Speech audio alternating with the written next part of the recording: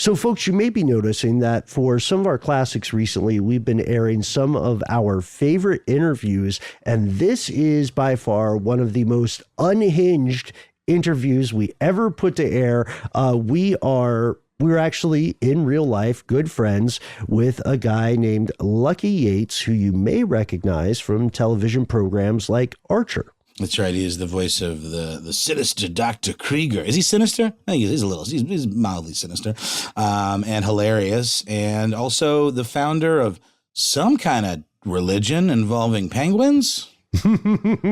So dodos. That's the one. Yeah, that's the one.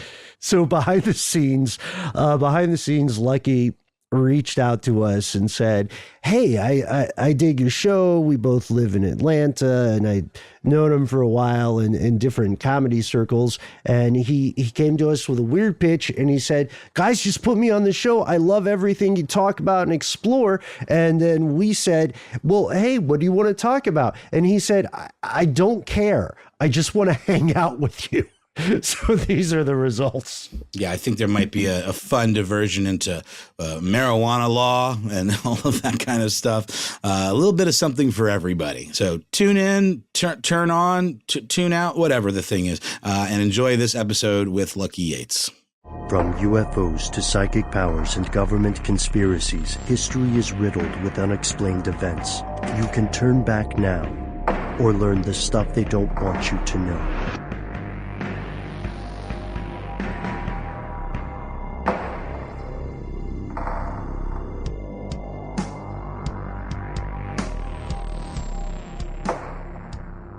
Welcome back to the show. My name is Matt. My name is Noel. They call me Ben. You are you, and that makes this stuff they don't want you to know. I want to check. You guys doing all right? You feeling good? Feeling nice. Yeah. Having some car trouble. You having some car trouble? No. Yeah. Yeah. Yeah. But hopefully temporary, right? Yeah. Well, but, not cheap.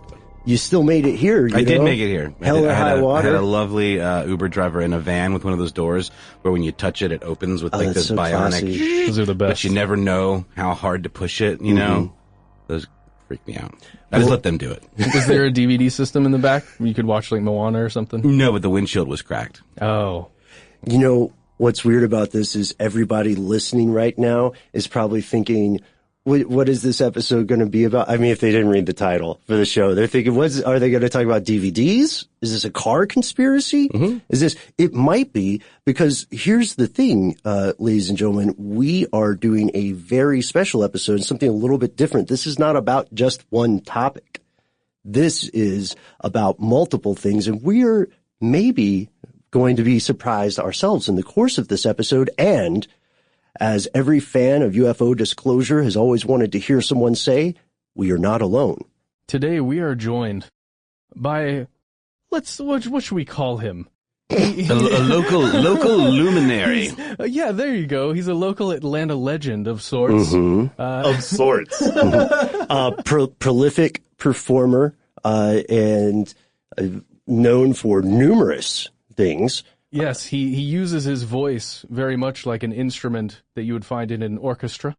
Although I'm not a singer. Please, let's not get into that. Again, and we can play a guessing game, but people have probably already read the title. So. The title already sort of gives it away. I don't know why you guys are tap dancing around who I am. That's just what we do. That's what we do. We're tap dancers. But who do we have? Ladies and gentlemen, Lucky Yates. Thank you for coming on the show, sir. Guys, thank you so much for having me. This is truly a dream come true for me. Well, it's a dream come true for us because we found out that we have someone that likes the show. That's always cool. You reached out to us and we're like, let's hang. And we're like, yes. It is seriously the only podcast I can stand to listen to regularly. We love to be stood. Wow. Yeah. Oh, man. We're finally stood. Yeah. Can you believe it? Yeah, no. I'm your guy. Yeah. So, Lucky, with some background for people who are thinking, this voice is so familiar. I kind of know that voice. Well, if they watch Archer, the television show now on FXX, we used to be on straight up FX. What's the extra X for? I play Dr. Krieger. You know what? I don't know. FX Extra? I don't know what. I don't know. Is it sexier? Is it a little like, I don't know. Yeah, I don't know. I don't think so. I don't know. Is It's Always Sunny a sexy show. Well, you know, they have their moments. Well, I do know that during the days of bootlegging and corn mash distilleries, the X's would show us how many times something had been processed or distilled. Right. So maybe it's just more and more potent. But that very well could be. Although I don't know that the execs over at FXX looked that deeply into the bootlegger history of our nation when thinking of a good title for their extra, where they were going to chuck the stuff they didn't really want to give a lot of commercial dollars to. That's not really true. That's not true. I don't know how it works in TV. I really don't. I'm happy to be on it. I am happy to imagine a world where studio execs say we are going to base our decisions on a 1920s era bootlegging history. We were talking earlier. You actually listened to this show. Yeah, I listen to it all the time. And it's great. You caught the last episode. Yeah, the moving Mars. to Mars one. Mm-hmm. Yeah, loved it. It's insane. We'll never get there. Humanity will never make it that far off this planet. Are you kidding me? We'll destroy ourselves first. And you brought up a really great point off air. You said, why should we move to Mars? Yeah, why wouldn't we go to the moon? It's the 3 days away by capsule. You know, we can build an elevator there, kind of. Mm-hmm. You know, why would we go to 6 months away on a planet full of zero resources except maybe some ice up top? Yeah. So true. And we've already been to the moon, right? Yeah, several times. Pence says we're going back. Mike To Pence, the moon? the Yeah, VP? he's in charge of space now. Well, He's in charge of, I want to be the mayor of he space. is the king of space. And Buzz Aldrin doesn't seem too pleased about it. Did Well, you see of course not. that thing where he was making some faces? Yeah. Well, Those are Buzz some good Aldrin's at that faces. point where he can just go anywhere and say whatever he wants. Because, you know, he's been to the moon. right. What are you gonna say? I know it doesn't make him an automatic authority on everything, but if I were somewhere and Buzz Aldrin came in and said, it doesn't matter. It could be a negligible thing. If he came in and was like, I think that you're wrong and tigers aren't the coolest animals and emus are better. And I was like, well, that's your opinion. And he said, I went to the moon. I would be like, okay. Yeah. Yep. Say what you want. But I thought have you stood on the moon and looked back down on the Earth? Because No, emus I look have. way cooler. I thought the moon landing was shot by Stanley Kubrick on a soundstage. Though. Yeah. Am I? Yeah, Off base with we that? had to really Look. get the Russians in the space race, apparently. So Yeah. we shot this little. Yeah. We could do an episode on the Stanley Kubrick thing. It's surprising, but yeah, it is true that you can look, if you grab a nice enough telescope, you can look on the moon and see like evidence of stuff we left there. Yeah, we've littered the moon already. We've littered it. sure. Yeah. Why don't we just go back up there and keep littering it and build some stuff? Nice And- hotel. Yeah. And clean it up a little bit too, because, you know, no littering, right? Yeah, no, please. Well, it's too late.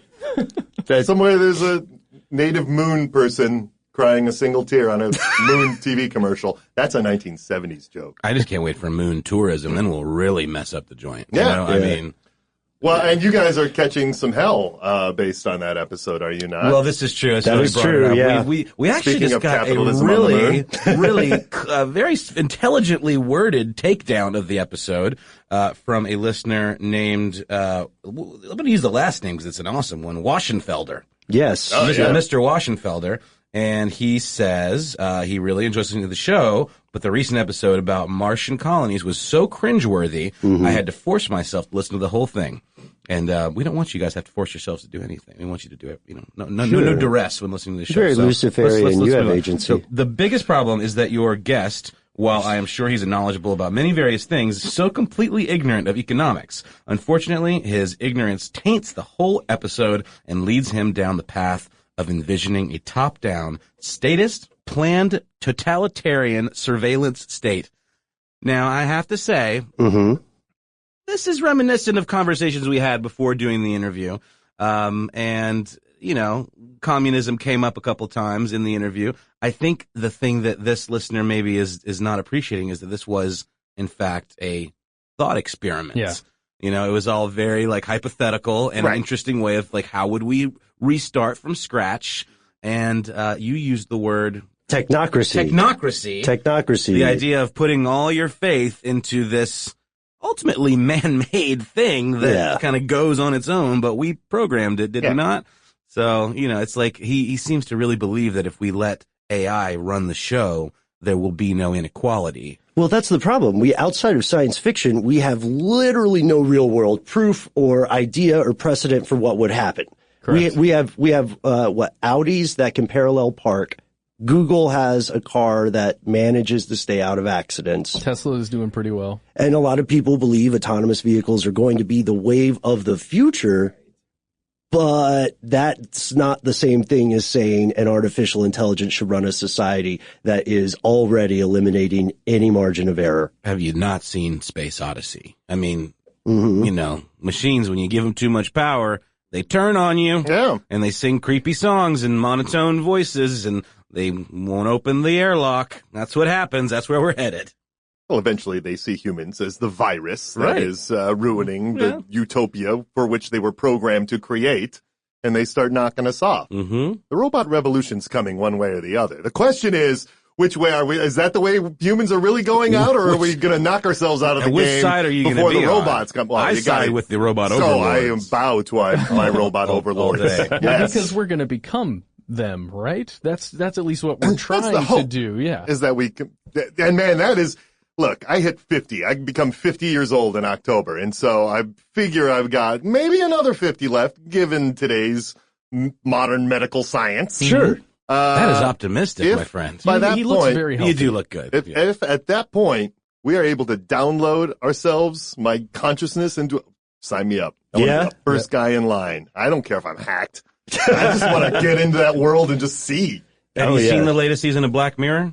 No. Oh, man. I there's really couldn't make it past the initial pig screwing Well, that's a episode. quality episode. It's such a brilliant episode. there's I'm like, one- I'm done. There's one in particular that's actually probably the most upbeat of all the episodes in the entire series. It's called San Junipero, and it deals with, without any spoilers at all, something along the lines of what you're talking about. Yeah. So we get dinged for even, I accidentally spoiled Lost for somebody, a show that's like, God, let it decade old. go. Decade Yeah. old, Yeah, so we've kind of like stuck with a 5-year cutoff for 5 year, spoilers. that's our I think statute. that's fair. I feel But like anyway, that's you fair. should watch San Okay, yeah, Junipero. I will. If you I have will. time.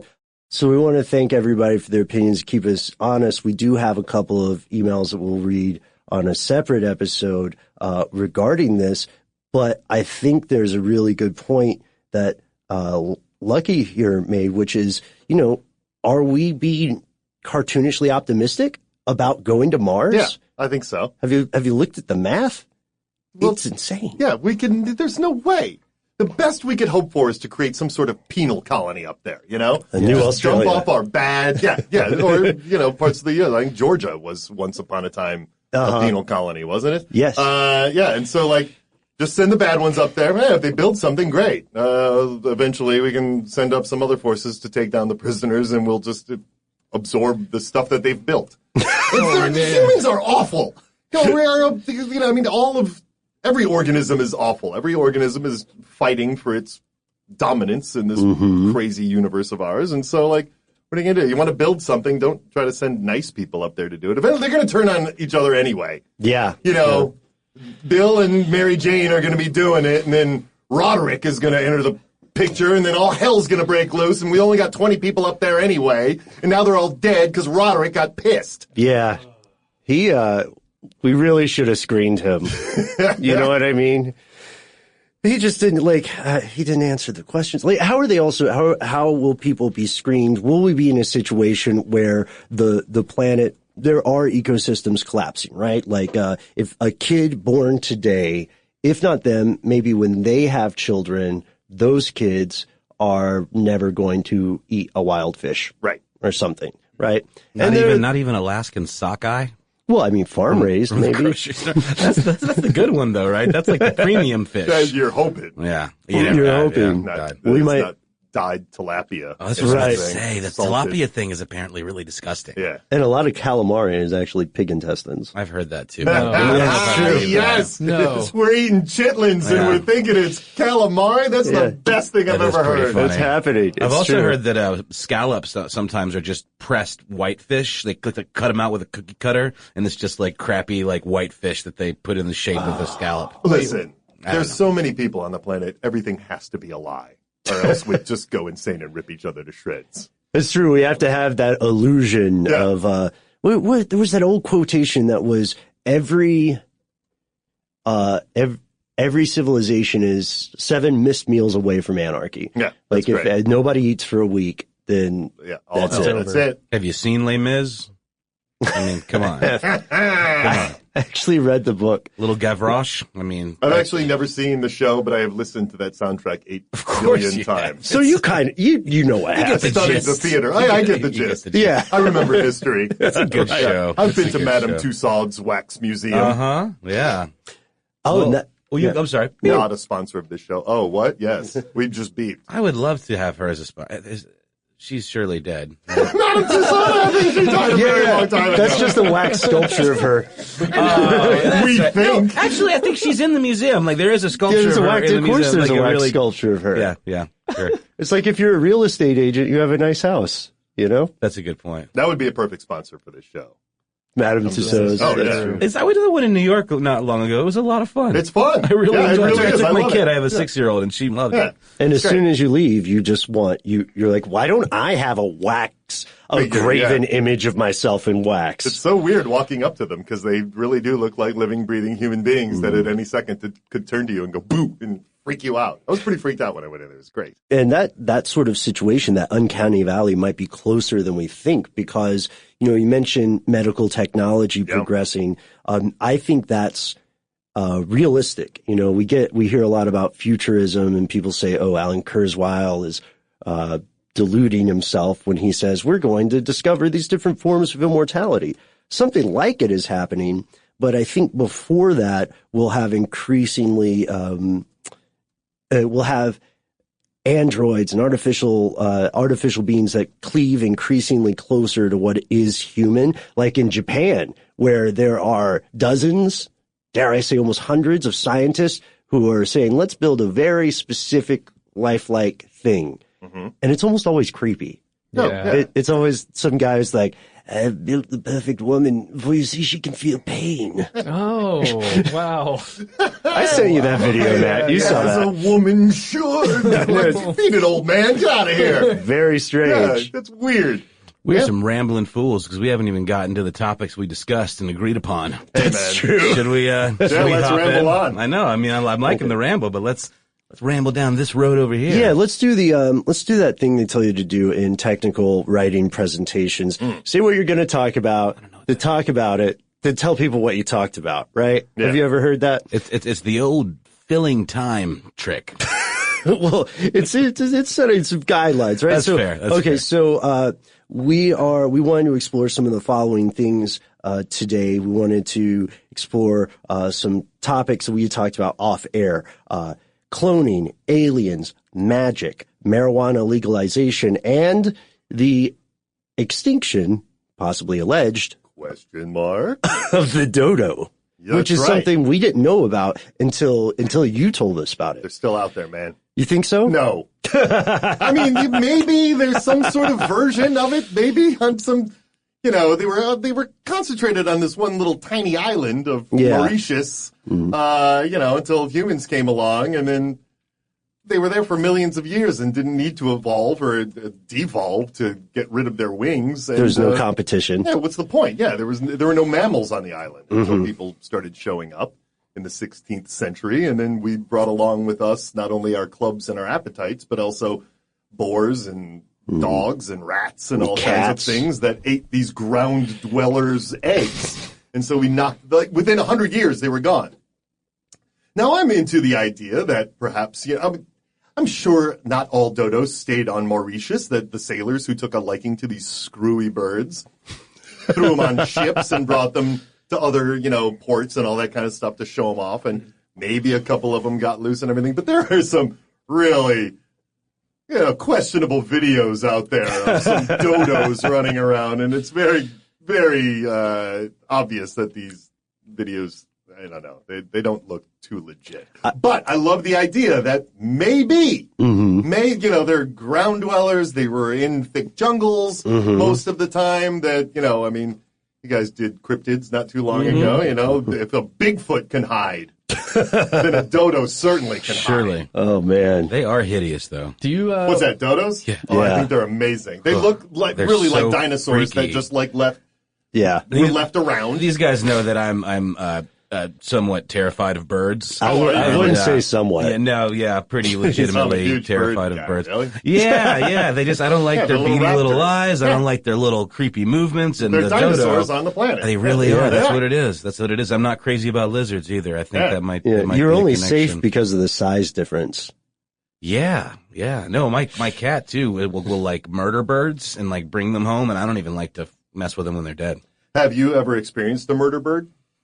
No, but I like it. The northeast murder bird is not to be messed with. No. There's not such a I have bird. nightmares sometimes that there are birds under my covers. Like, Yeah. No, Oh, that's true. You'll have none of it. you've been doing that? What? Yeah. Is that you? You should have given me a key. You were a creep. Well, fine. I am what I am. Get out of my life. Get out of my head. His cockatiels need somewhere to go at night. Well, it's weird too because I had a Can't put 'em in a period. I had a period of bird love. I guess when I was younger, I had a really? cockatiel. Yeah, Bird I had love. bird tolerance. Yeah, I had sure. a pet cockatiel, Yeah. and it would sit on my shoulders. Pictures of me as a kid. But then I turned back that corner of bird hate, and I didn't even want to touch the cockatiel. So you don't want there to be some sort of relic population of dodos. No. Which I agree I would wish be all birds were extinct. very improbable. We have to have birds. They're part of the I know. ecosystem. Yeah, I don't really believe that, you guys. Don't write me mean emails. It's so Very sensitive. So Lucky, you sent us this video when you were like, maybe. Yeah, how about dodos being still alive somewhere? And I was thinking of all the animals that could survive with a relic population. Dodos? Because this is roughly in the same area of the world where we still see a lot of people swearing that they saw Tasmanian tigers. Right. You know, which are big creatures, and it's very, very like, I know technically it would be more difficult for those to survive just because of their size and their range, but they just seem so much more well prepared for life than a dodo. Yeah. Well, and a dodo being a 3 foot tall, 50-pound ground bird. You know what I mean? Yeah. Like, if they're out there, we're going to see them. Right. You know what I mean? And yeah, like, they got to come out for food sometime. They can't just eat in the forests. Shellfish were part of their diet too. I want there to be dodos really bad. I look forward to, perhaps, I think they recently discovered some DNA evidence of the dodo. You know, they had none to begin with. You know, there was just some scraps of bones and all that kind of stuff. And people have stayed on it for years and years. And just recently, somewhere in the 2000s, they discovered something with enough DNA evidence that, you know, it's like the mammoth, where you sort of hope that they can It's a ground pigeon is the dodo. It's in the pigeon family. So if we can sort of re-engineer the dodo bird. Well, for what it's worth, Just to 1 have in some. 4 Brits believe the dodo still exists, according to a study from the World Wildlife Federation. British people? And Yeah. they would know. Yeah. Once upon a time, the sun never set on the British Empire. That's So true. That if is there were true. Anybody, you know, and also, who knows, maybe the Brits are hiding secret dodos. Maybe from the rest of Buckingham the world. Palace has Here's a a theory. dodo den. Maybe.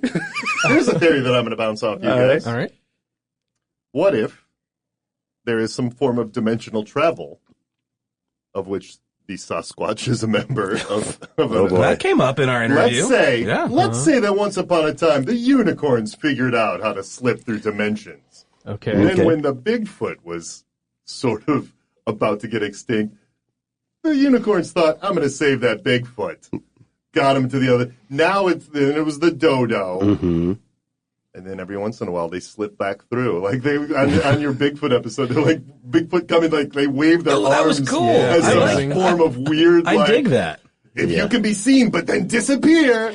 It was Whatever. very, yeah. I mean, if you're going to go down the rabbit hole, go deep is what I always That's say. what I Sure. do too. Like, You know? Yeah. we don't know that you can't slip through dimensions. We don't know just because we can't do it and haven't seen any real evidence of it.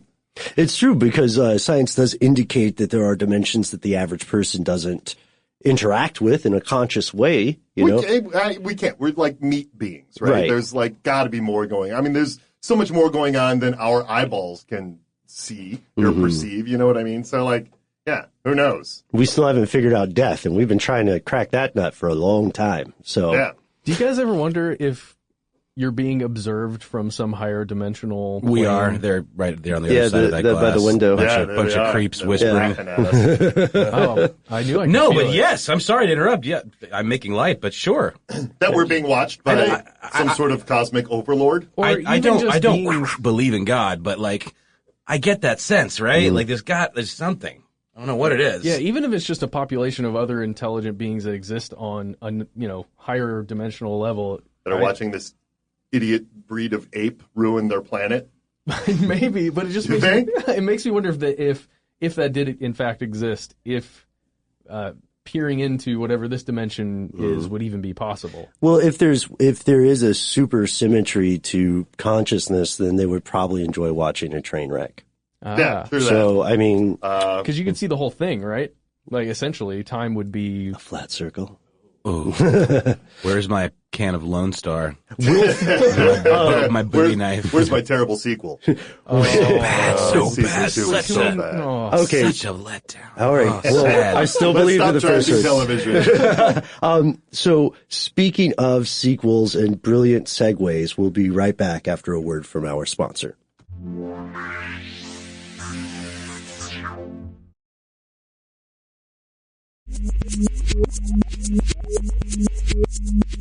And we have returned. I propose that we shift to something else, something that's been in the news lately.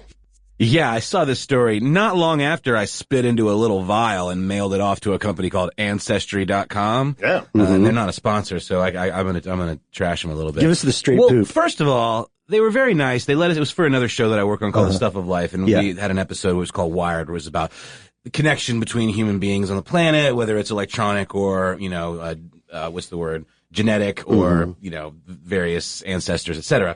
And so we all took the tests.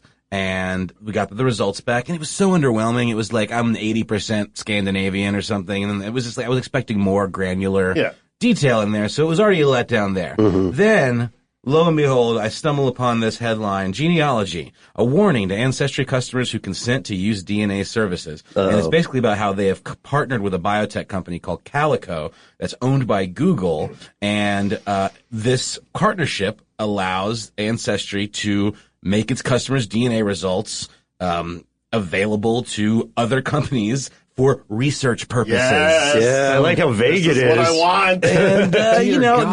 this is a serious rabbit hole if we want to go down it, which obviously we very much do. We're already on the way. If we want to go to the depths, could they clone me without my consent? Oh, I want to run into another me at the mall one day. It's like, what? And then have the whole chase and the whole, oh man, I want it so bad. The age of doppelgangers. For what reason would they collect your DNA? Like, are they starting a seed bank for humanity, much like the seed bank that's being flooded out? And where is it? It's Norway, I believe. Norway, yeah. Yeah, it's in Somewhere at Scandinavia. the top of the world. Maybe they're just holding on to it till they can figure out something cool to do with it. Yeah, like, let's populate Mars with workers. Yeah. Of, like, these guys that, they don't know. Yeah, I told you were 80% Nordic. Right. Thanks. Right. Thanks for your worker up there. We got another you digging a pit. I was underwhelmed to the point where I was like, what is up? Something then like it's like It didn't feel like a real it service. didn't feel like a real service, and now I find this out, and it's like, man, Yeah, you got finessed. I mean, at first, we already know our data is being sold, bought and sold, and Yeah. they know everything Yeah. about There's all our nothing you habits. can't hide. Now it's our DNA. Granted, I chose to spit into that little vial. True. That was my choice. Yeah. And it was free.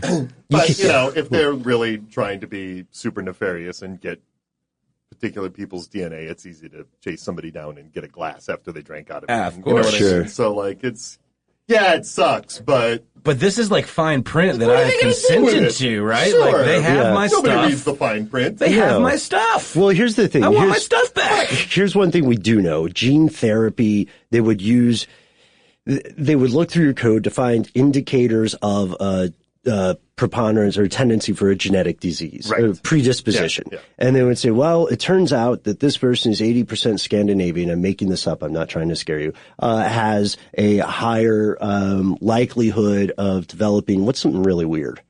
I Like don't know. They could make it sort up. of super glaucoma. Super glaucoma, yeah. It's an epidemic in Scandinavia. And so they would say, okay, well, now we have this treatment that we patented that can address that thing for this specific group of people, but we own it.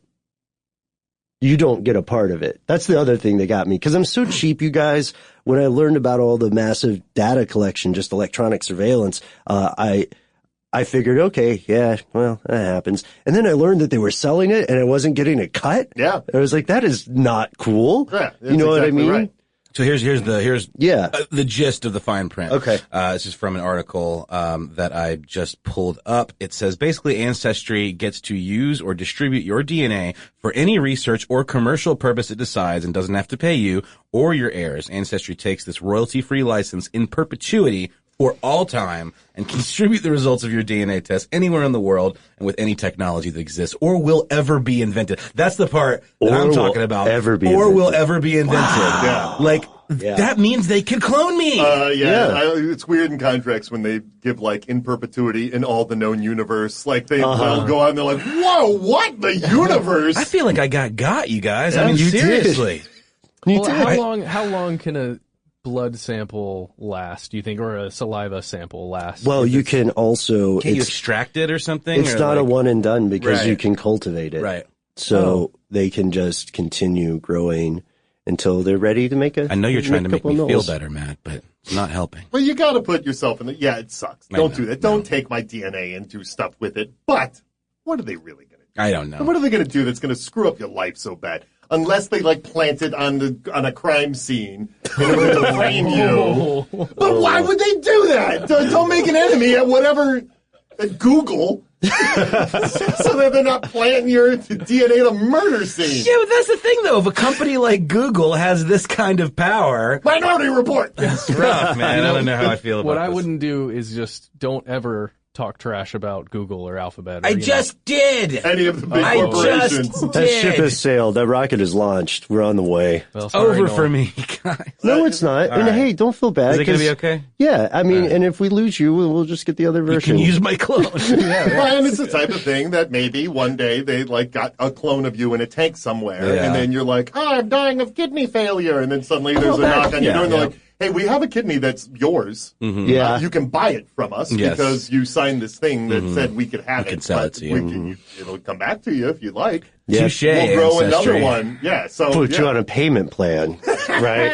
layaway. Layaway kidney. The thing about clones in the basement is you got to be really careful about power fluctuations. Like, that can be a big deal, just from, From everything you've learned? Yeah, from everything I've learned. There's You thought that grow room was hard to keep. While they're in the tank, I'm assuming they'll be in some sort of tank. That if the power fluctuates between that, then what might happen? Mutations will happen. Oh yeah, all kinds of bad things could happen. Well, you should know a little thing or two about cloning. That's sort of a thing that All your I know is character's all like about. the comedy that Adam Reed writes into a script about such things. That's all I know. Don't you have a basement with tanks? No. Oddly enough, no, even though most of my Twitter followers think that I am, in fact, a cartoon scientist that has these things. It's remarkable to me that in the 21st century, people still don't know the difference between the person who voices a character and this actual cartoon scientist that does insane things. Are you saying you don't have a holographic girlfriend? I really don't.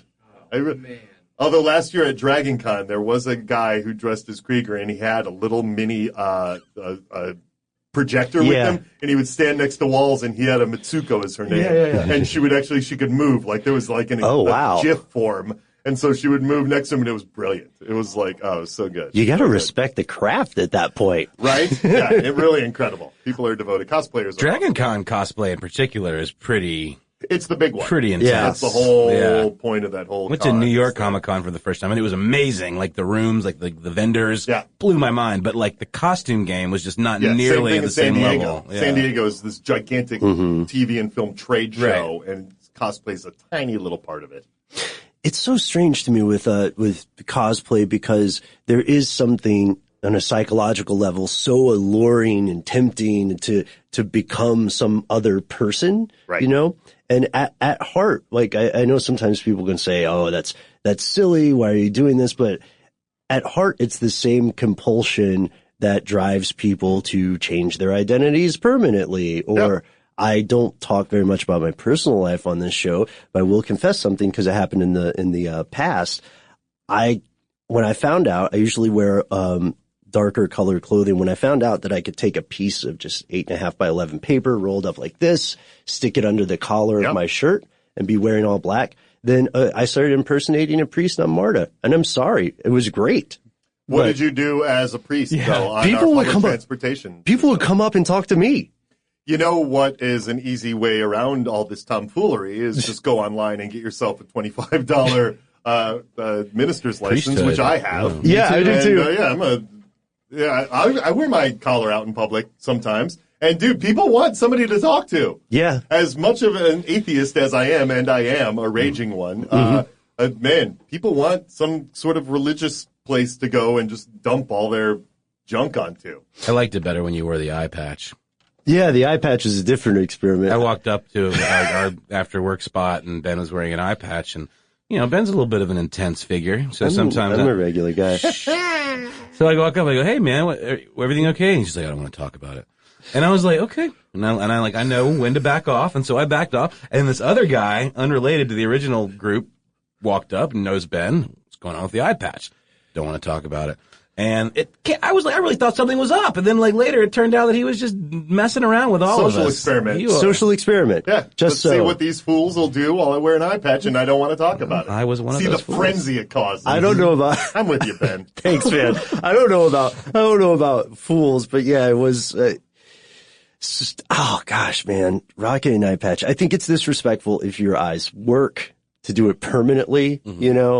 Because I was thinking, what if I run into someone who actually has, because you could tell a real eye patch versus a fake eye patch. A lot of the real ones are obviously medical devices and they've got gauze and stuff on them. Yeah. You don't really see people walking around with the black eye patch with a strap on. So not so much. Right. And so if I ran, it's more of a fashion statement. If I ran into that person, it would be like running into a genuine priest when I'm dressed as a priest. I would have to, I don't know if I would just turn tail and try to disappear, or if I would try to see if my BS skills were accurate enough. All you got to do is claim, I'm an internet minister, and I saw people that might have needed to reach out, and so I slapped on my little collar. Yeah. Pull the Dave Chappelle thing, just because I'm dressed this way does not make me a priest. Oh, boy. Well, I'm sorry. I've derailed us a little bit. Well, no, let me reel it back. Yeah, okay. What if you ran into your clone? If I ran into my clone, I would love it. I would. Then the eye patch is the only one that tells us who the real is. Yes, that's what I would need to do. And it's interesting because when we talk about the science of cloning, there are actually some very dangerous problems with it. Clones, for some reason that we don't understand, tend to be much less healthy. Like Dolly the sheep, was just that poor lamb did not get a fair shake from the start. Can you believe it's been since 1997 when Dolly the sheep was announced? 97? Wow. Yeah, I didn't even realize that was last century. I figured that was definitely right after the 2000s. Wow. How crazy is that? Wow, it feels like we haven't gotten that far then. That's the thing. Like, we really stopped after that unless Ancestry.com has got warehouses full of us. There are theories about human cloning centers that are all over the internet. Sure. And we've been written to many times asking us to cover these things. Why are you not? You need a man in the field. I think that's the problem. Yeah, we need somebody to go out there and try and infiltrate one of these things. You need Lucky Yates. Hello. I'm a slightly successful voice actor. I want to clone myself. I don't want to get off this money train. That's pretty good. And the thing is, if we send a clone out, it'll be a tragedy when something happens to them, but it'll be a tragedy we originals can all experience together. The thing is when we get a clone of ourselves, first of all, they're going to be a baby, right? So it's like, who knows if this baby is even going to live past 6 months, and it's still just going to be a baby. They don't just come out fully formed? Come on. No, we're not there yet. We're not the Venture Brothers, where it's like we've got these tanks and beds and all that kind of stuff. It's like, no, we're going to have, age acceleration is a whole different ball of wax. Yeah. It's the consciousness, really, that we got to get out of our bodies. Making more meat versions of ourselves is silly if we are this close to the singularity of melding with machinery. Right, but that's where I want to go. But that's the question. Would it be just a copy of your consciousness? You know, it's like that old Theseus's ship, right? The old idea that if you slowly replace pieces of a ship over time, it's still the same ship. Yeah, right. yeah. Just because you're calling it whatever. Yeah, it's a completely different thing. Would you be cool with that? Yeah, sure, why not? As long as you've got, I mean, all we are is a bag of chemicals with memories, right? Which are chemically induced. Sure, yeah. So if you can keep those memories and keep building on them, which is the way, at least our understanding of how we work, sure, why not? It's just a different version of what we're already doing. It's just less gooey if we get hit by a rock. And you might not know. I mean, you would know, but it would be a relatively academic fact after that, where, you know, maybe in the future it would be a fun fact that you tell your friends at parties. You're like, you know, I used to be made out of like weird meat. Yeah. I had a part of me had to be cut off because I mangled it when I fell off my bicycle, which who needs those anymore? Did you guys ever read the comic that's available online? I think through Existential Comics. It was called The Machine, and it was all a thought experiment about this very thing with a teleportation machine. With every time you teleport, you die. And another copy is created. That's like in The Prestige. Essentially the same thing. And in this story, I won't spoil it too much, but it's such a popular thing because you can teleport anywhere, and everyone's just doing it, and everyone is just killing themselves and reconstituting themselves every time. But do you pick up, like, is there even a blip in the mind of the clone that lets them know that they're a clone? In is subjective there any discontinuity? In subjective time, there probably wouldn't be, or ideally there wouldn't be. We've talked about this before. Yeah. Over cocktails. You sound so classy, yes. Well, you know, it's this kind of thing where when you've had a few beverages, you can really go round and round with stuff like this for a while. But the problem with that is we all, I don't know about you guys, but I always thought that I sounded way smarter than I actually did. You know, you usually sound about as smart as you are. I'm going to choose to interpret that as a compliment. As it was intended. As it was intended. Let's say you could have a clone, right? Let's say they could sort of accelerate its age up to somewhere point. Would you want to have one around? Let's say like, oh no, my liver's failing thanks to our conversations about this very thing. Now I need my spare part.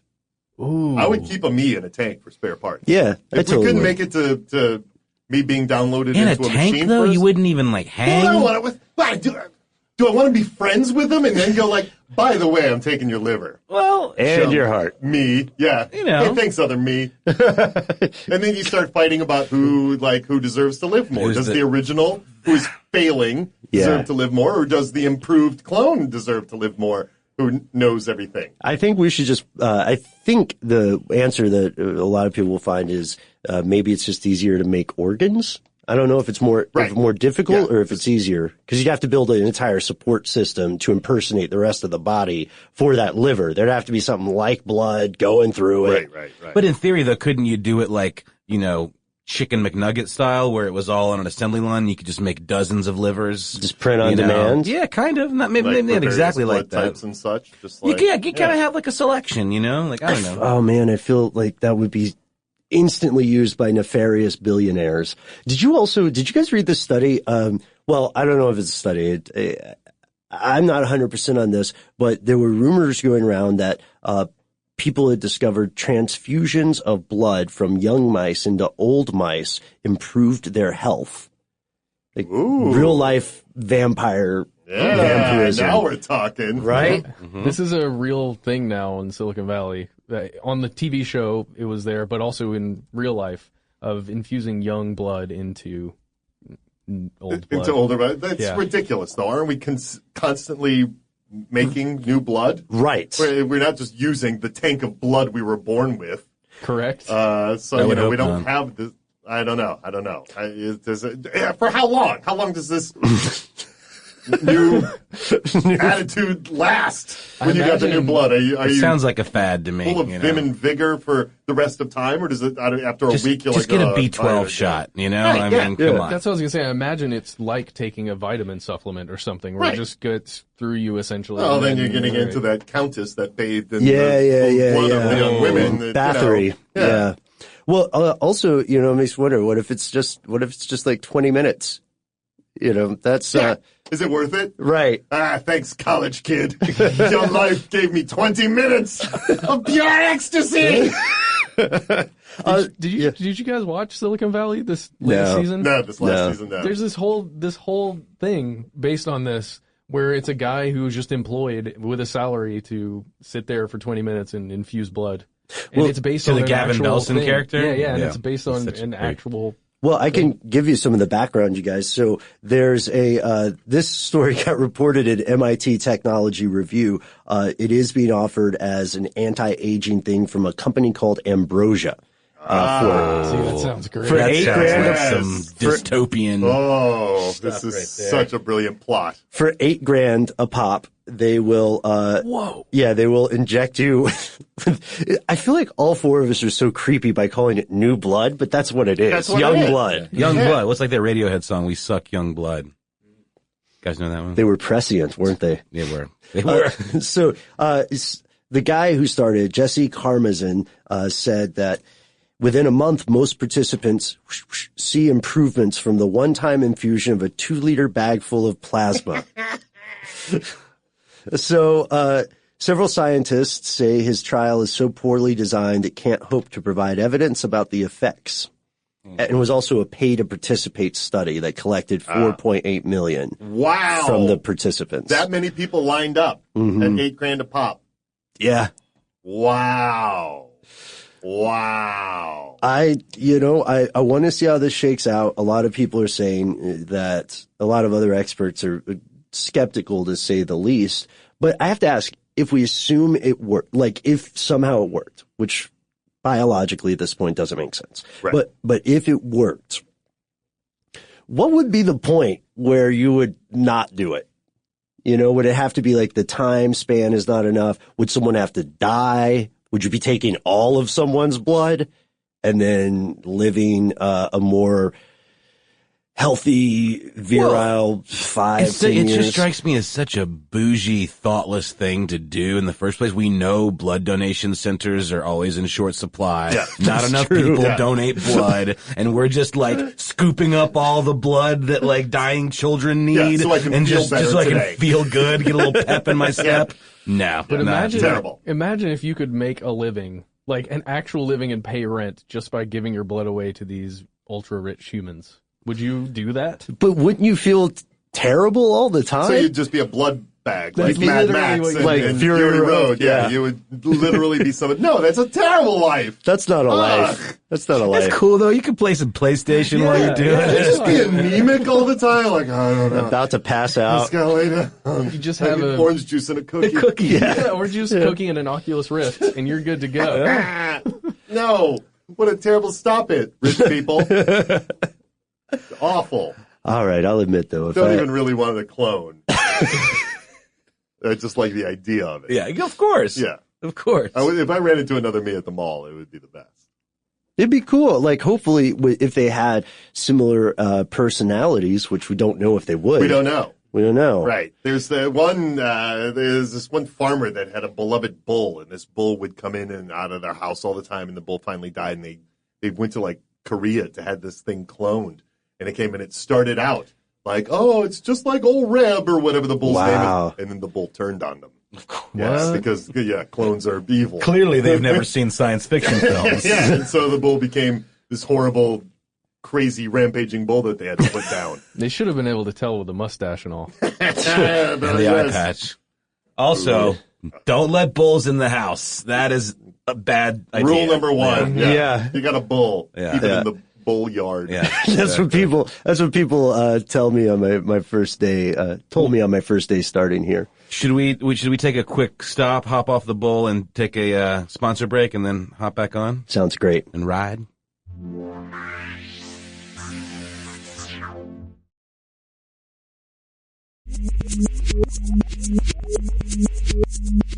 So now our sojourn finds us arriving at something that Matt, Noel, and I had talked about a lot off air, which was our earlier interview about disclosure with Stephen Greer. aliens. And this is one of the things you had mentioned off air too. I right? wanted to bring that up earlier and tie it into something we mentioned, this idea of being watched by some omnipotent force, and the idea that they're sort of watching us screw up our lives and our planet and our society.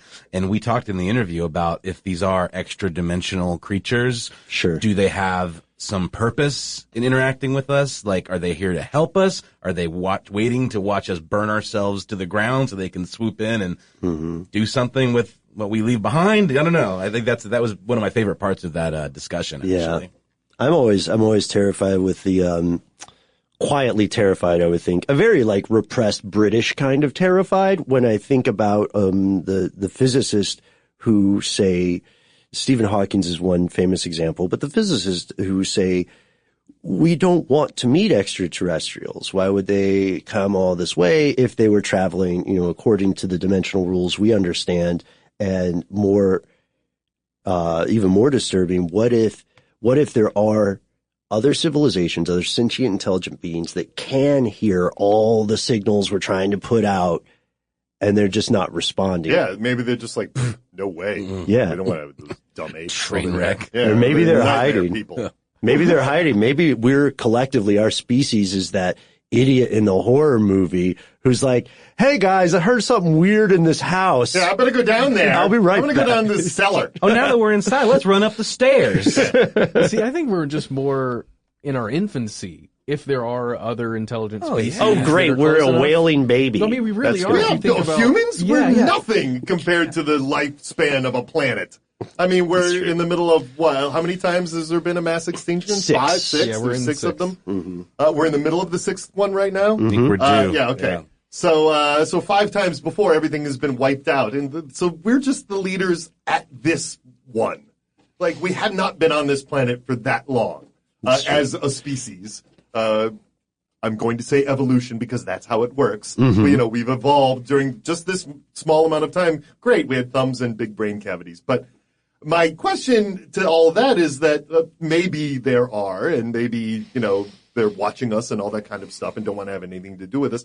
Or our planet set up, maybe species can't evolve to such a state to even make it off a planet. You know what I mean? Like maybe the universal laws or whatever, just like, why would we ever want to infect other places with you? But I don't know. I mean, that's a great question. The Earth is like an organism, basically, and every creature on it is another organism that is fighting for its space and all that kind of stuff. And humans are really running wild on ours. And, at some point we're going to throw good numbers of ourselves off one way or the other. And maybe that's just how life works in the universe, is that we can only get so far. Any species can only get so far before they just burn themselves out or throw themselves off the planet because they get too smart for their own good. Yeah. I really like that you pointed that out, because the one of the things that we had explored in the past, which bothers people on an existential level, is just what you said. It's a massive, I guess I could say, it's a massive pain in the ass. I can say on the air, right? Yeah. Okay. We'll allow it. I think we've loosened the reins a little bit. Oh, that's true from the Mars interview. I forgot about that. Yes. But the point is, it's a massive pain to take anything that's specifically adapted to living in this larger organism, recreate its environment in a sustainable way, and then just put it out in glorified, the best we can do, but a glorified container, right? Right. And then say, okay, let's just keep playing this lottery until we can build something larger and semi-sustainable. It seems like the future of space exploration is going to belong to whatever new life form humanity creates. Yes. So we're not the protagonist, really. We're like We're the builders. or That's the it. midwives or something. You know? Yeah. We were the result. And there's, of course, the theories that the life on this planet evolved from comets and things smashing into it because somewhere else there were these organisms on the microscopic level that attached to the various comets and whatnot and got here. And then, boom, life happened. And so, if we really want to get off planet, I say we just start, Shooting microbes. Put our personal microbes on some rocks and shoot them into space and hope for the best. get some spermazoa and some eggs on these rocks and get them out there. Chuck Forget 'em. trying to put a man. Why would we try to put humans on Mars where they're just going to get bombarded with radiations and nightmare scenarios that they'll never survive? Is it because we just want to have one guy or one lady who can one-up Buzz Aldrin in a conversation later? Well, I had a baby on Mars. What did you do, Buzz Aldrin? Yeah. That was one of the most fascinating things from the Mars episode, the What's idea that? of procreating on Mars and how long it will take to figure out if that's even possible. Yeah. That was the no thing too idea. that made it so like completely unsustainable. Was I think they could take 100 people at a time, and their goal is to get a million people. crazy. Eventually.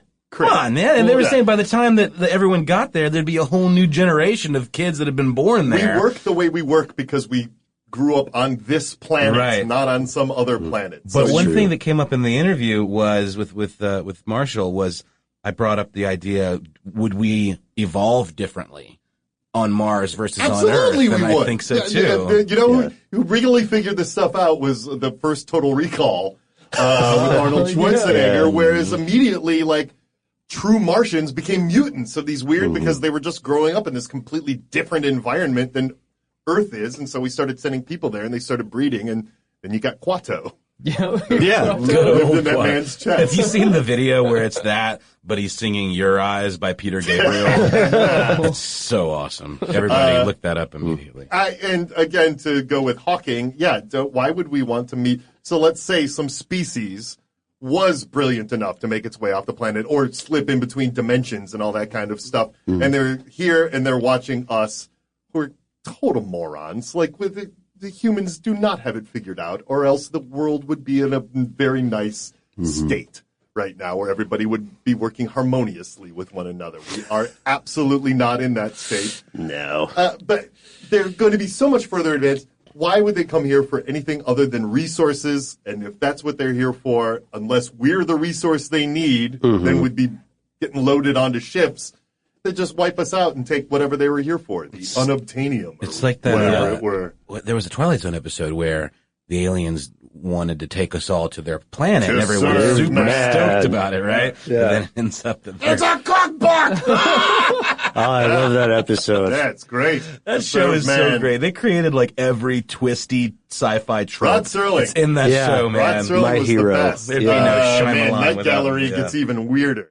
You have a quote, Krieger has a quote Yes. in the show about superior anal technology with the aliens, and that's why he was so fascinated by abductions and Yeah, aliens. right, yeah. And They could tell so much just by probing our butts. that's one of the strangest and funniest things to come out of pop culture around abductions and aliens and all that. Yeah. I just Why is it always an anal probe? Why are they? Yeah. Does anyone even siphoning know? so much information out of our What's butts? ground zero for anal probe alien tropes? Like, was For it reporting? was it the Twilight Zone? No, I don't think. I know it wasn't, but who was it? During the collective, there was some real fads of suddenly there were all these It's a Freud abductees thing. that were I bet it's coming a Freud thing. forward, right? And so, like, That's I think true. one abductee probably brought it up, and then other abductees, quotes, air quotes, Yeah. We're like, yeah, started totally. jumping on this same, oh yeah, that happened to me too. And then of course, because it's the funniest thing that could happen, is that you would go on this ship and the aliens would start sticking things in your butt. That's the one that people, because we are still just poo-throwing monkeys. After Absolutely, all, and guys. I Butts are don't fun. I don't not believe in the concept of abductions. I just don't think we have enough information. I'm not like fully on board, If they but I have the same attitude towards that as I do about like the existence of a greater deity here's or my something. question. If aliens were coming here and abducting us, why would they put us back? Why wouldn't they just take a person, go off, do all their experiments, and then discard? Why? For ethical reasons? They're bringing us back and putting us back in a You don't room at know night with sort of fuzzy memories of what happened? Like, what's the point of throwing us back? Maybe they have really high level morals in their Then society. they would ask us permission and have a booth at the, You can sign up. At college campuses. At the alien fair, where you would go and see, like, oh yeah, I'm going to go with this experiment as I want the aliens to figure out about us. you'd get a small amount of money. And Why would they ever something to bring take us a back? stipend at least. Yeah. Like, we had all these extra steps so that they're nice to us in the end. That's a Like, really they're great awful, point. but they're nice.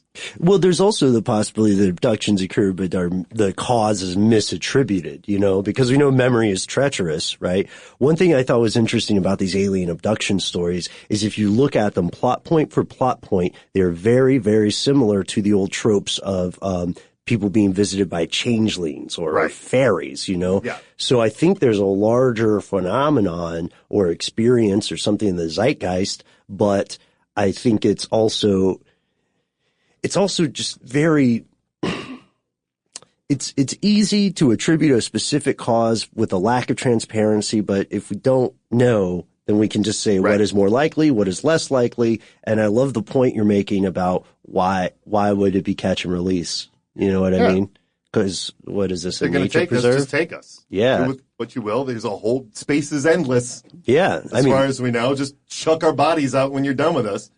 I will say this, though, and this bleeds into not only what we're talking about, but also my theory on ghosts, which is another, which is dimensional echoes, right? Okay. So we could be, the theories say that we live in this multi-dimensional system where, and let's say dimensions rub up against each other. That's what I think ghosts, because I wish more than anybody that spooky ghosts would be flying around all over the place. God, I want that to be real. Mm-hmm. I don't think it is, but I've lived in a house that other tenants have claimed was haunted, and they heard a lot of things, and every once in a while you would see a weird shadow walk by that you didn't. But I think things like that are just like, maybe there's a dimensional echo, right? Mm-hmm. Maybe sometimes the strings or whatever get a little close to each other, and so there's some bleed in between dimensions. And maybe abductees are sleeping and they see this guy,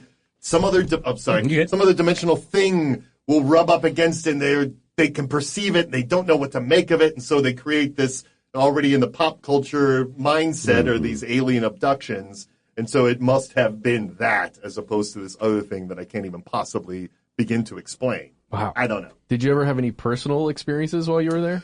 Only seeing out of the corner, like me and some buds. Granted, we were in our 20s, all stoners beyond belief, and, up at all hours, just being ridiculous. Mm-hmm. But we would all be sitting there, like either watching TV or something, and you'd see something walk by a door. We had these big French doors, and you'd see something, and everybody in the room would turn and look, at the same time, like, what was that?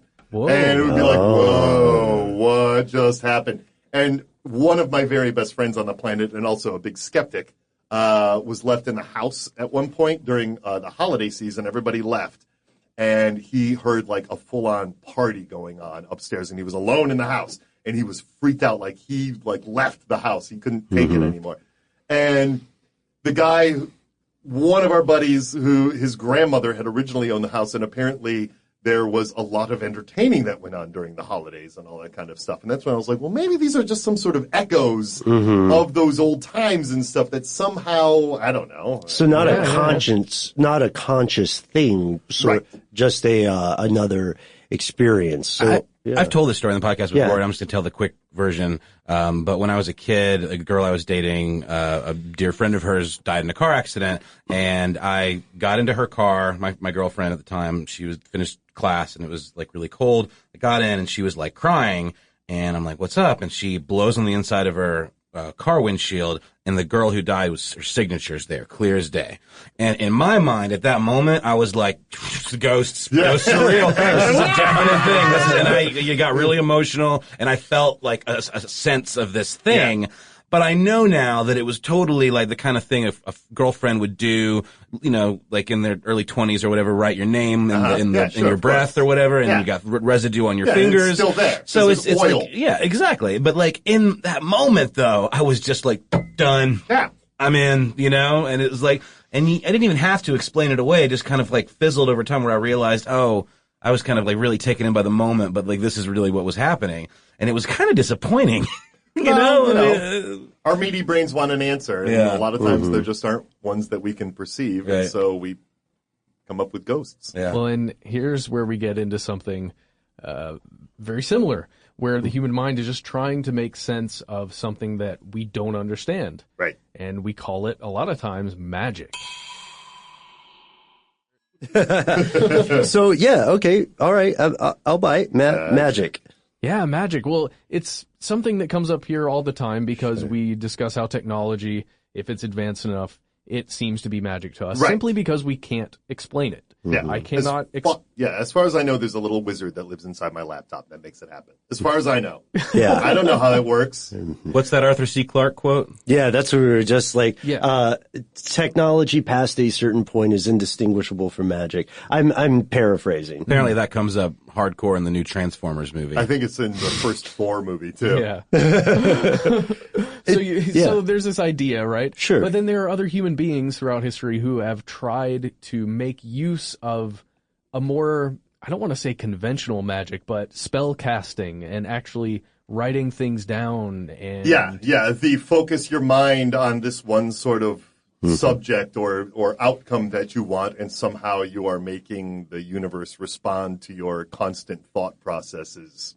Yeah. I used to buy into that stuff too, but then it becomes, how can I possibly, my little chemical thing going on in my brain, have any influence whatsoever on the physical world around me? How? Unless I do. So like, unless you're influencing yourself in some way. Yeah, unless it's like weaponized psychology, which is a phrase somebody used that I thought was cool. But it's true. There are certain things that no matter how much you focus your attention or how ardent a fan of the secret you are, you can look like hundreds of people got together in the 60s and tried to lift the White House with their minds. Yeah. It's still on the ground. You know, was it the Pentagon? Oh, was it the Pentagon? I think it was the Pentagon. Okay, thank you. Yeah. Sorry about that. They should have tried try to lift a bike first. Like, let's start with a bicycle. Yeah. Before we move to the White House, which is a giant building. Yeah. Full of people. Very heavy. So what? Yeah. It has an extensive basement, I was just going to say. That's true. With a bowling alley in it. So maybe if we got a couple hundred people and like a toddler's bike. Yeah. Start. What a ping pong ball. Try to lift that up first. Hundreds of people.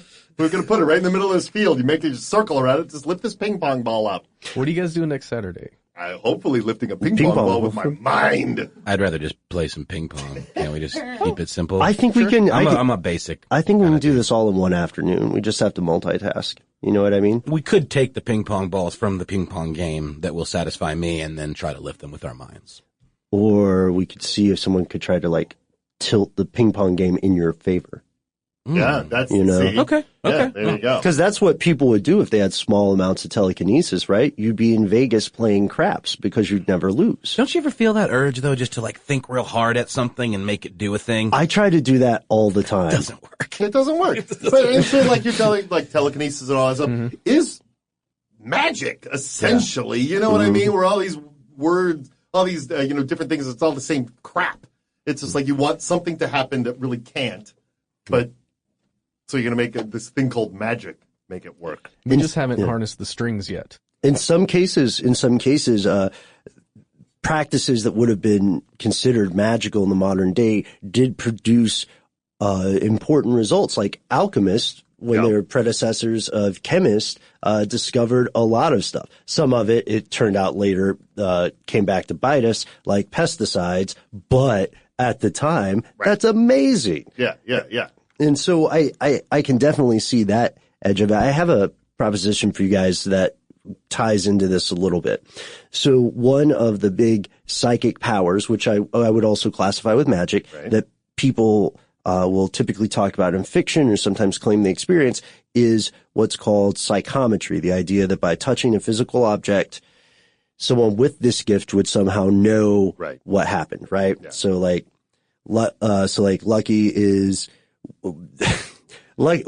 like in somebody's kitchen and he picks up a knife and then he just all of a sudden knows that it was used as a murder weapon, and he's still got to like hang out and be cool with whomever the killer is for a second, right? That's how it happens. But now I think it's plausible possible that we as a species could arrive at a situation where technology or the Internet of Things, which that was used to be a really popular phrase, where it enables that kind of psychometry. Well, there was a product that came out, and there are probably several of these, called Tile. And all the idea was for like people who lose things. And for a lot of people, this is a convenient thing. And what it means is that not only will you never not know where an object that is tagged is, but eventually that same technology could get us to a point where, this cup also has a story that it can tell that you can pick up just by touching it or just running your phone over it. That's pretty interesting. What, by like seeing the trees and what not that it came from? Like, who knows? I don't know. What kind of story am I going to get from my cup? Yeah, when it gets documented first, like if there was a cup is not the best. I mean, honestly, it's not the best example. But yeah, if they like made the cup and then they tagged the cup with you can see all the people that have held the cup. And yeah. It's all done with the cup, right? Okay, right. Okay, that's what I mean. Okay.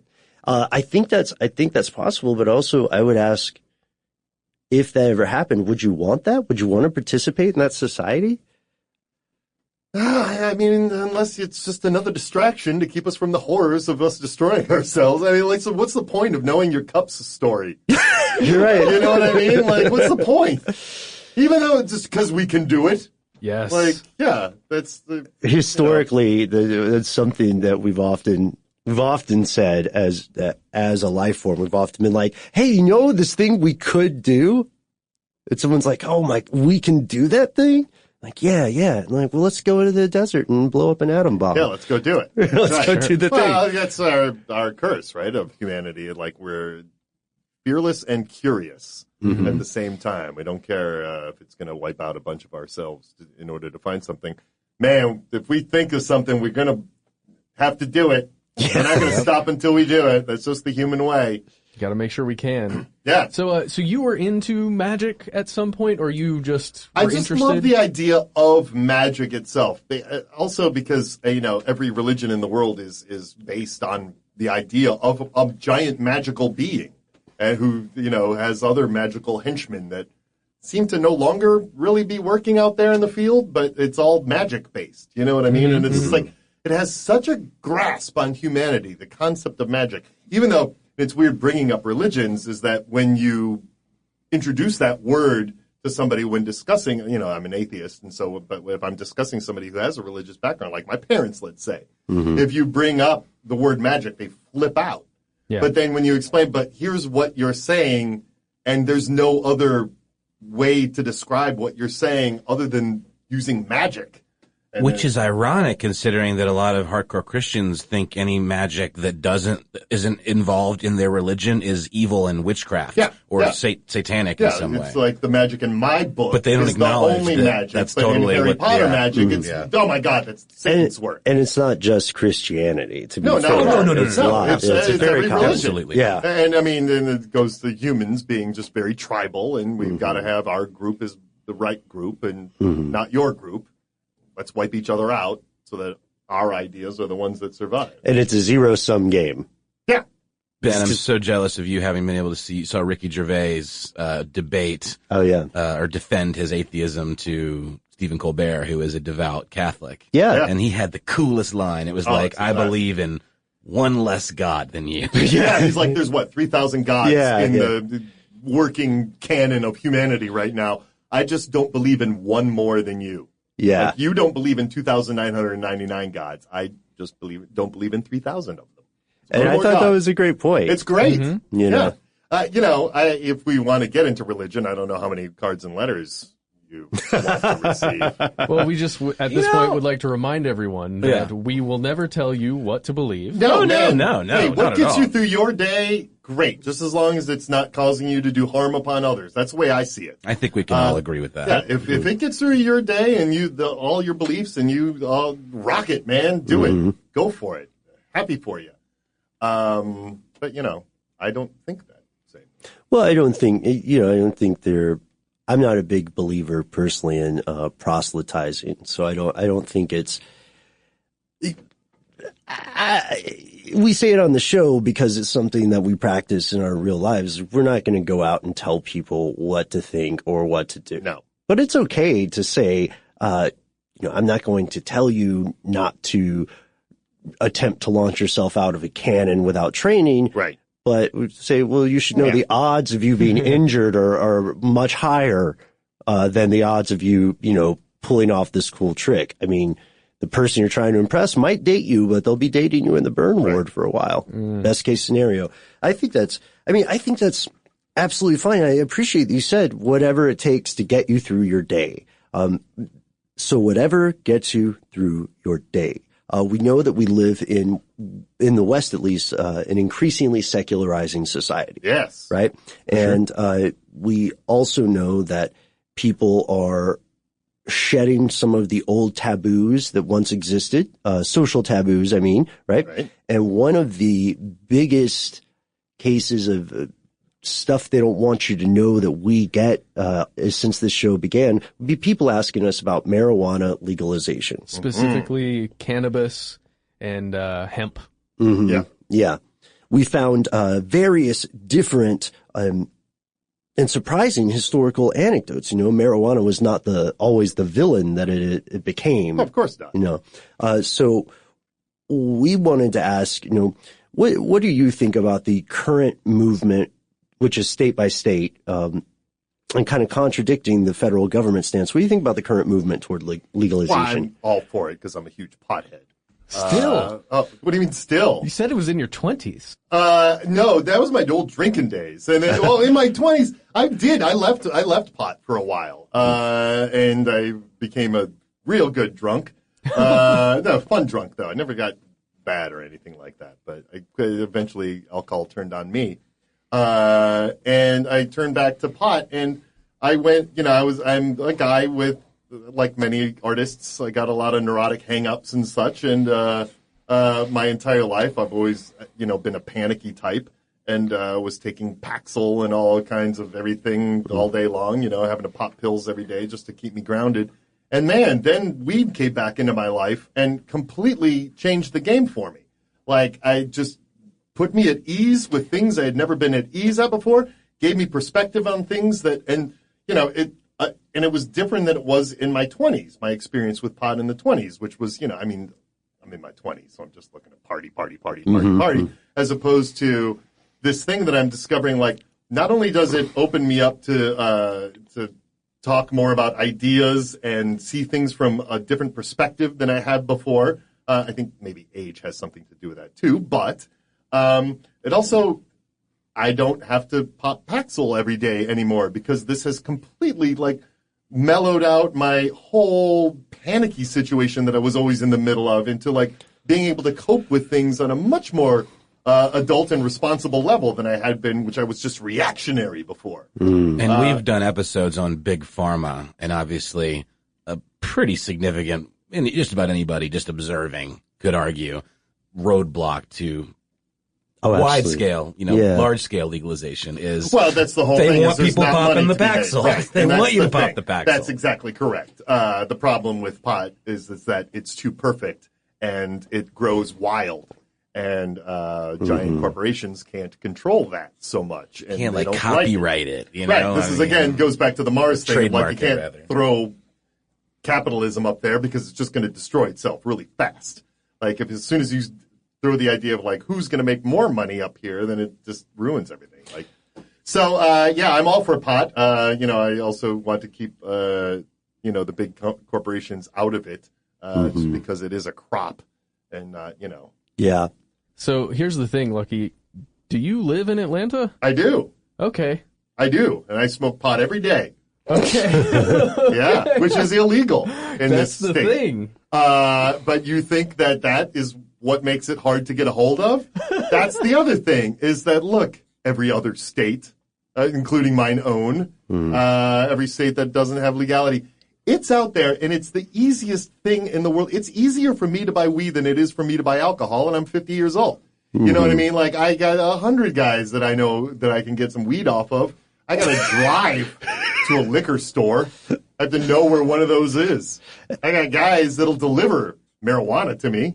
Oh, that's true. Alcohol delivery isn't a thing yet. Not yet. They're working on it. They're probably working on it. They are working on it. But it's weird because it ties into some of the blue law things, right? And those are especially common in the South.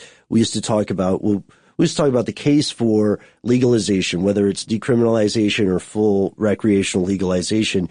When Colorado massively boosted their tax revenue, and the state ran out of weed to sell. Nevada is currently out of That's weed. what I saw. There's a They shortage. just this month became like they opened up their dispensaries and they're out of pot because it became so everybody's smoking weed except the guys in the big offices that are telling us not to smoke weed. Well, they might be smoking too. Well. What's that old line about prohibition? It's like, people will vote for prohibition as long as they can still stumble to the poll. Yeah, that's the thing. Yeah. Prohibition does nothing but create crime. That's where the crime comes in, is the prohibition.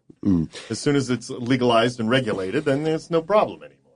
It certainly feels like we're on the road to decriminalize, at least in a lot of places. I think the country is, yeah. I would gladly walk to a dispensary and pay more than I currently pay on the black market, knowing that the more that I'm paying is going to fund better schools for my state. Are you kidding me?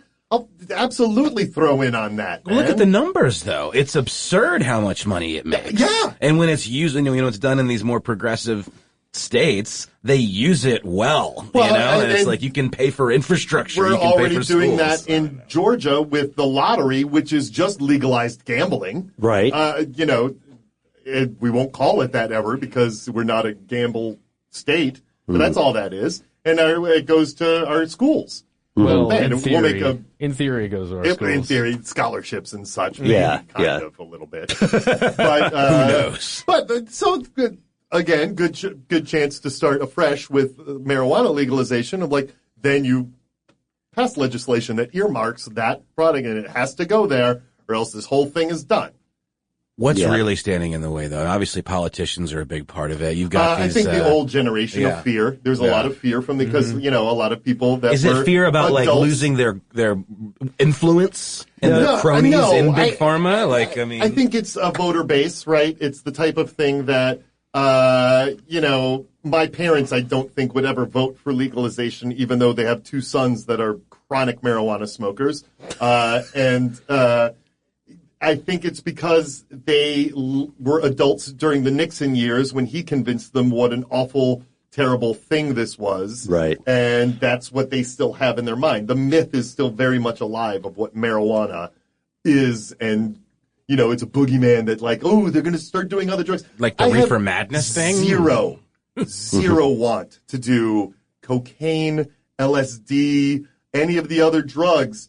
And I'm a huge pothead. But I'm a huge pothead because I love pot. That doesn't make me want to do, let's throw my body into another weird state that I might not be able to control. I know how I am on weed, and I'm the best me when I'm on weed.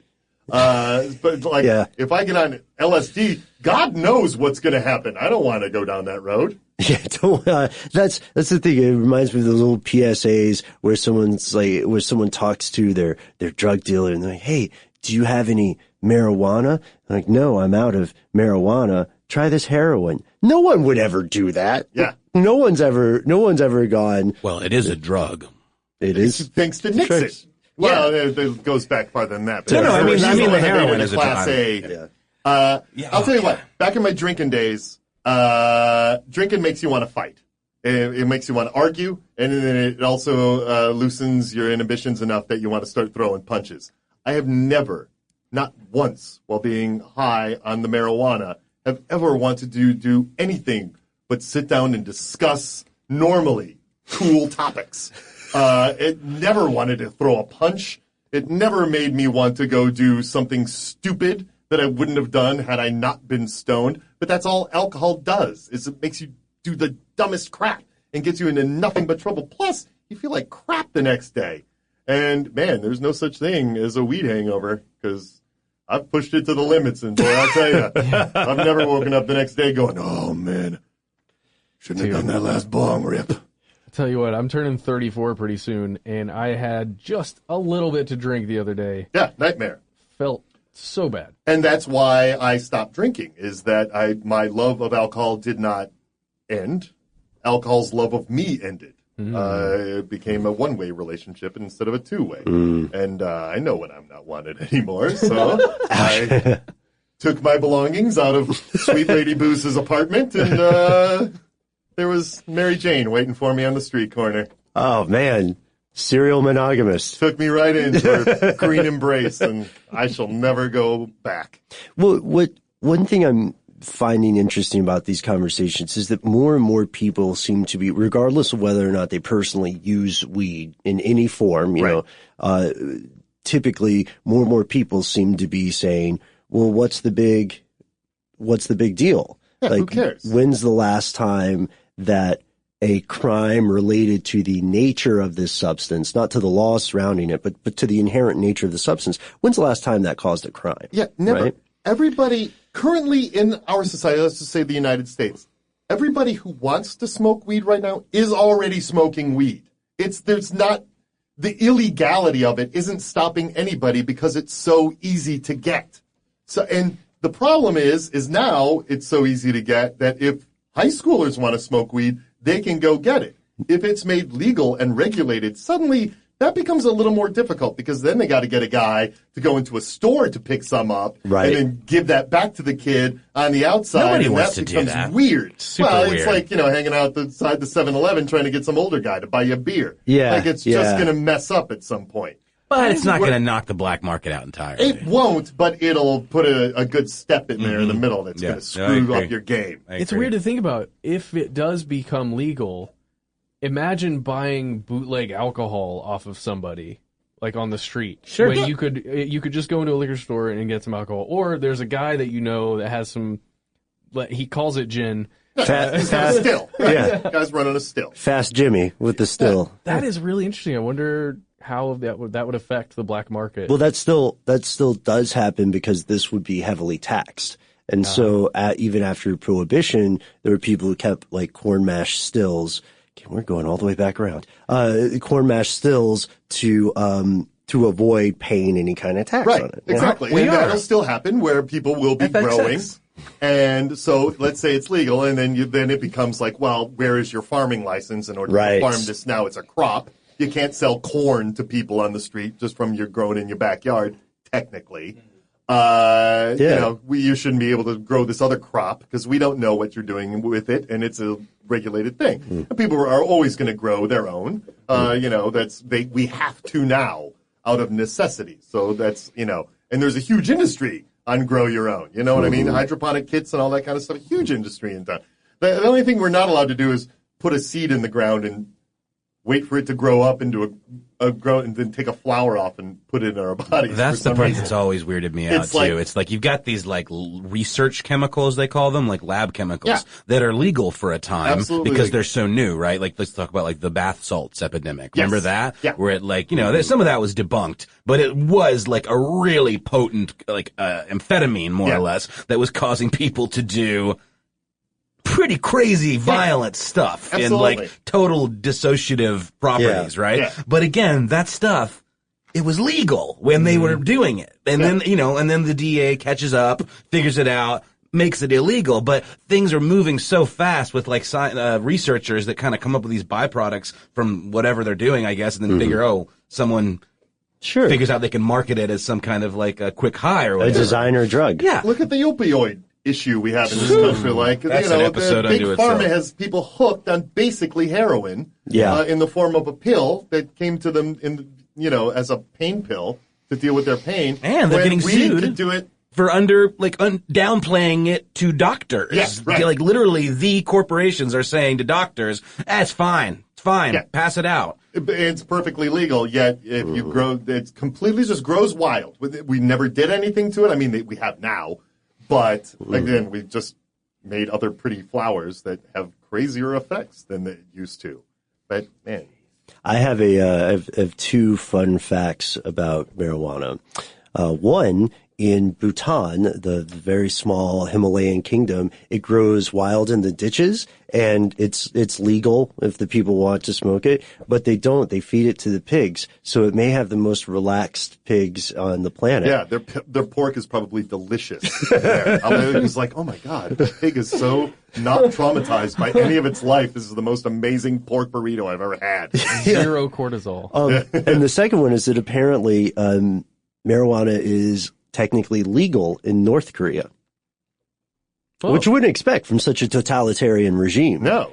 But apparently that's the one that's, wow. I don't know what kind of day Kim Il-sung or Kim Jong-un was having when somebody came to him, and maybe it was like later in the afternoon on a Friday, and they were like, "Hey, so we shot the people that you wanted to shot, and where are we at with the weed?"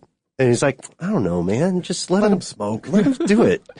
Is it on their list of grasses that the citizens are? They suggest to citizens that they eat because there's no food. Oh, that's a great question. I do not know, and it is sad that is there is a North widespread. Korea. What a great country that is. Weed being legal or not, but even the DPRK, even North Korea, they'll let you pop. Yeah, said that. Yeah. So Kim Jong-un will let you do it. Yeah. Why can't we? And so that dude's smoking. Look at that haircut. I mean, he's a wild and crazy guy. Yeah, I'm sure that what's his name, the basketball Dennis. Oh yeah, Rodman isn't just showing up with autographed photographs. Exactly. I'm sure he's bringing all kinds of sweet. Do you think He's the his ambassador weed of man? Oh, I'm sure he's bringing all kinds of sweet weed. Come on, man. At least seeds. So we see again what's happening is that legislation is typically outpaced by social evolution and technology. So is this an artifact of a different time, these sorts of laws? And if so, what is the future? What do you guys think? Is it eventually going to be nationwide? Totally. I think it will, and it's going to be like everything. It's going to be the dollars that speak the loudest, right? Mm-hmm. They're going to realize that, oh my God, look at the tax revenue we can get if we just legalize this damn plant that has never been a problem, and they all smoke it anyway in Washington. So Washington D.C. It's legal. It's legal. It In does. the very city that makes the laws, and there's no problems. They're not experiencing gang violence because of pot. Those maniacs. Nah, yeah. So, it's this breed of, the old Nixon era and everything, they just have to die out, or at the time of them dying out. Now, if humanity can make it past this next 3.5 years, to where we'll be a more enlightened creature, hopefully, on the other side, then maybe it'll all drop. I really thought that should have been, not to get into politics, but that should have been Obama's final thing. It's just going like, and it's legal and I'm out of here so I can go puff a doob on Hawaii. Yeah, because typically, regardless out. of their specific ideology, that is the part where whomever is the president at the very end, they're like, I'm going to pardon everybody. We're popping bottles. Yeah. You know what's legal now? If you want to touch a buffalo inappropriately, go for it. I'm out. The end. And it would be like 3 guys like, all right! They're like, I didn't like him the first 3 years and 11 months, but he really came through on that buffalo front. Man, I've been looking at a little buffalo sitting out there in that field for quite some time. Hey, Terry, you hear about them Buffalo Proclamation? Oh, man, why does he have to have a southern accent? Oh, sorry. No, I'm just kidding. I'm kidding. It was a genuine Montana accent, I will point out. Oh, man. Matt, Montanese. I bow to your knowledge of Montanese. And speaking of endings, I think, unfortunately, it's going to be time for us to end the episode, but not the show. We would like to, first off, tell people where you can find and hear more from the illustrious Lucky Yates. Basically on Twitter or Instagram. Follow me at Lucky Yates, LuckyYates. Both Y's are present. And find me locally if you're here in the Atlanta area at Dad's Garage Theater, performing the improvised comedy. That is a fun spot. Can you give us an update on the building situation and stuff going on? What do you mean, that building that we own? The church? Yeah. Yeah, we've converted a church, and we're always looking, of course, for funding to build on so that we can build, like our scenic guy, a shop, so we can make our sets not 30 miles away. Come on down to Dad's. You can always volunteer if you want to get to know the place, see shows for free. And then, it's fun. We're a big comedy house in town. I had a wonderful experience there. I saw Kevin McDonald from Kids in the Hall. Mm-hmm. He taught like a master, like a sketch writing class, I want to from say. improv to sketch And or then something he like that. did stand up, opening for the kids or the folks that he taught that did their sketches they wrote, and then closed the show just answering any and all questions the audience had about Kids in the Hall stuff. Just dished deep about Kids in the great. Hall. Like talked about Scott Thompson, like catching himself on fire while naked cooking, like all these amazing stories. And then there was like, it's not a huge space. It's very intimate, all, just chairs and like it feels like a small church kind of, what's the word? Like a rec room or something like that. Like a fellowship hall. Fellowship hall, that's the word. And it was just the most intimate, cool show I'd ever been to. And then kind of talked to Kevin after the show and was just a really nice guy. And so yeah, if you're ever in Atlanta or you live in Atlanta, definitely check out Dad's Garage. And let us know if you're going, because we might go with you. Yeah. Absolutely. I used to, I've seen Ben there several times. Well, I'll just keep a short anecdote here. I used to steal my parents' car to go watch shows at Dad's Garage. That's the best. It was great. I'm very lucky I didn't get caught because I did not have a license. But, well, they know now. Well, they know now. That's all My right. parents don't listen to this show. Last thing. Yes. Season 8 of Archer is available right now on FX Network somewhere. Yeah, and FX Now or whatever. It's all streaming somewhere. And then season 9 apparently isn't going to be around till like 2019. We haven't announced. I don't know. Is Those that are the true? rumors. Where did Those you are read the that? I rumors. don't know where anybody came up with that. I think it's Comic-Con next week, and I think we're announcing what the next season is going to be, which I can't say here. Sure. And then, I have no idea. I don't know, dude. I show up when they tell me. No worries. But it will be on the way. And Yeah. we hope you enjoyed this discussion as much as we have. Thank you so much for your time, Lucky. Thank you. This is truly a dream come Yeah, true. for sure. This is great, man. Thank you. And we're going to head out. In the meantime, we will be back next week with more strange, bizarre, disturbing, once in a while enlightening things. We got the shrug from Lucky I over mean, here. we raise questions in order to get people's brains thinking, right? Right? We do when we're doing our best. That's what we aim for, and we'd like you to be a part of it. So you can find us on Instagram, Facebook, Twitter. We are Conspiracy Stuff at most of those. We're Conspiracy Stuff Show on Instagram. You can check out every podcast that we have ever done on our website. Deep breath. StuffTheyDon'tWantYouToKnow.com. We have a brand new video on our YouTube channel that just came out. First one in a very long while. That's you right. can watch it. It's fresh. We're back. And that's the end of this classic episode. If you have any thoughts or questions about this episode, you can get into contact with us in a number of different ways. One of the best is to give us a call. Our number is 1-833-STDWYTK. If you don't want to do that, you can send us a good old-fashioned email. We are Conspiracy@iHeartRadio.com. Stuff They Don't Want You to Know is a production of iHeartRadio. For more podcasts from iHeartRadio, visit the iHeartRadio app, Apple Podcasts, or wherever you listen to your favorite shows.